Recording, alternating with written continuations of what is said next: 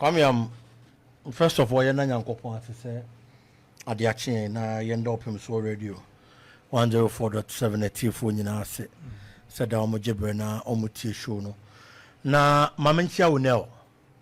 Okay. Unel sisa. Okay. Yes, so our great kokode. Unel tie show no ntino. Unel baby a wo bia mechia. Kwame had to folk. I signings and looking at the kind of players from Atono last time na make say players are hard to focus signing on. There are some we know that has a lot of quality. Our Ghana Premier League anymore. A season no. Interviews with coach Abubakar Watara yeah. And same be okay yeah. Emma ni pebi adwene you almost say how to focus the Abia nanka players 5 from po.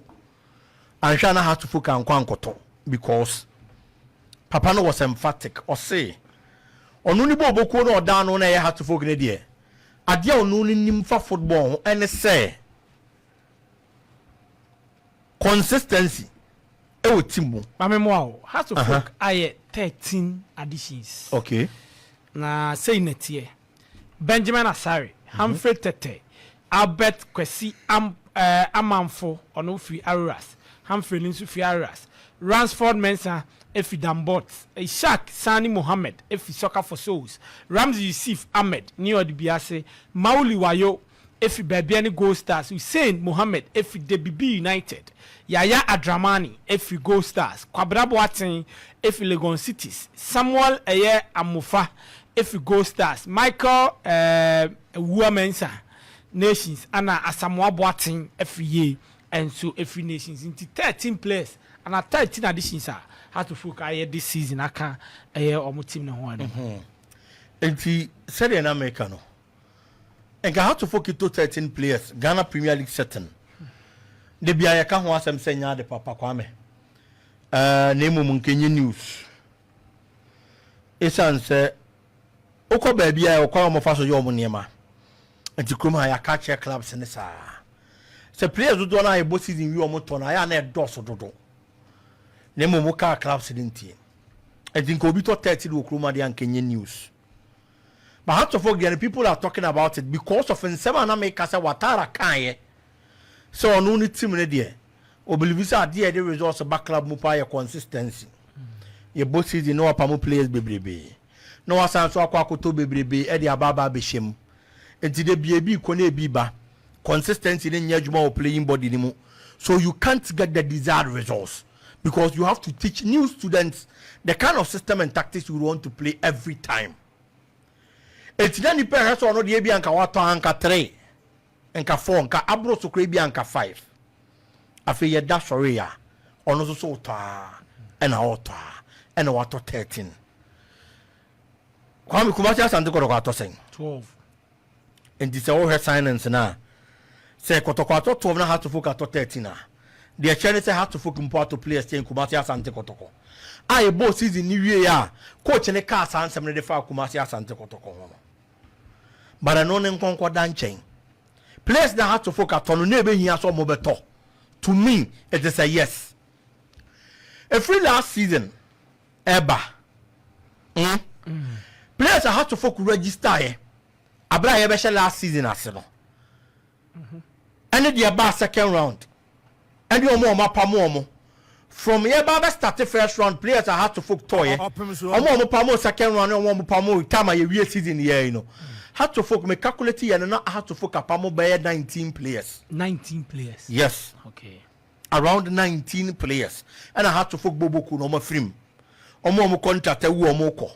Omo to so Bobo Kuno who say Omo Timini Omo Yajuma Bium. It's just some do money chair baby for no. Now I'm paying 19. It's in Katimu the anka 19 a call. That's our sign 13 the about Kwame, it is no news. Okay.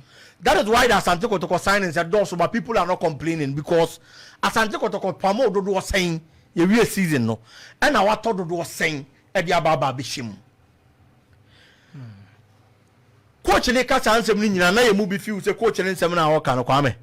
I either say political talk and I say coach in him the orca. In a sense that the boss is in New Year, no. Kumasi Asante Kotoko design or D6. Had to folk design or D14th. Hatofok had to survive in the Ghana Premier League or survive relegation the last day of the season. Last day, Hatofok ni bechem. And I asked him who's afraid of Makoma Tommy Yam and Nadia Mako relegation. It is okay to Boko. Now, Bobo, name we had them out to the extent to say the last day of the season, the team will fit. Now, said you only need seat, strengthen the team. Now, to be as a walker home somewhere. Not just a one as a team like it on. So I am happy to say Abubakar Watara and any other technical staff. No, I realized the problems in the Hatofok setup. I was also added up. No more beefy on team. No, me happy with the kind of players I had to focus on. Me happy with the kind of players Asante Kotoko sign. So these two teams are silence. Na nyema kwa year the more. It makes the Ghana Premier League better. Opemsuo. Me mutim bia nimtia. But they be America me the bebam. Last season at a point, be 1 month, 2 months. Summertex the first, Nations the second. Oklibi Krosi Gabana Baba Beka just 2 points. We share, now we are share. We share, now we are share. But the buzz around the Ghana Premier League, na antisa the Nkamre bi atwa bi behuno because na nya kotokone has na na edasoro. Even Africa omubui. We are talking about them. Bakwame, maybe no me no be atum say sama technique so atra no mo Africa no. Eya kotokone Hatofok na ebo Africa nka ho nkomo ne doso. Echa sama technique so atra. Yes. A global journalist free Kumasi and in kind. Our more person need to be to find the aquaman on it.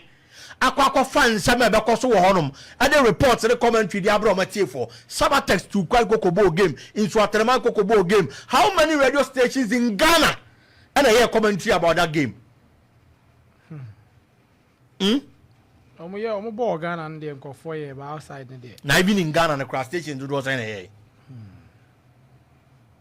outside one a minim say be a green gold radio I was summer boy yeah, and e be a radio station e be a won suatre and a ye de ne de minim and I say those in be minim but I'm call outside no man radio station be as all run a commentary but nke ye kotokone Hatofok you are going to hear every single radio station say all run a commentary because I kotokone Hatofok. This is how big these two teams are. It is a boss season year. Now so more signings no more year. It goes a long way to help the Ghana Premier League. The brand Ghana Premier League. And then and a gaka for go top 4 now. Somebody na so mo na eguno. Na why na organize it? O organization that's all my clubs in the name of mo pa. No mo mama me sia kan mfa ma why na eguno. And then Nagaka go top 4 now. And by this time will be a signing in Hawaii Kwame. And come about top 4. I'm about top 4 in here. Players about more top 4 in Yahoo. They've given us glimpses of the kind of quality of the Ghana Premier League anymore. It's in Kayeshi League in Asia. Obo will be a costume Makwa to play now top 4 born homodeno. Where is so Kwako have to play now top 4 born homodeno. Even for top 4 no Kwame when yada Jan Rebi. But league na starting what it dino or Montaigne. It's your Kwako has dino. But to the top 4 in here.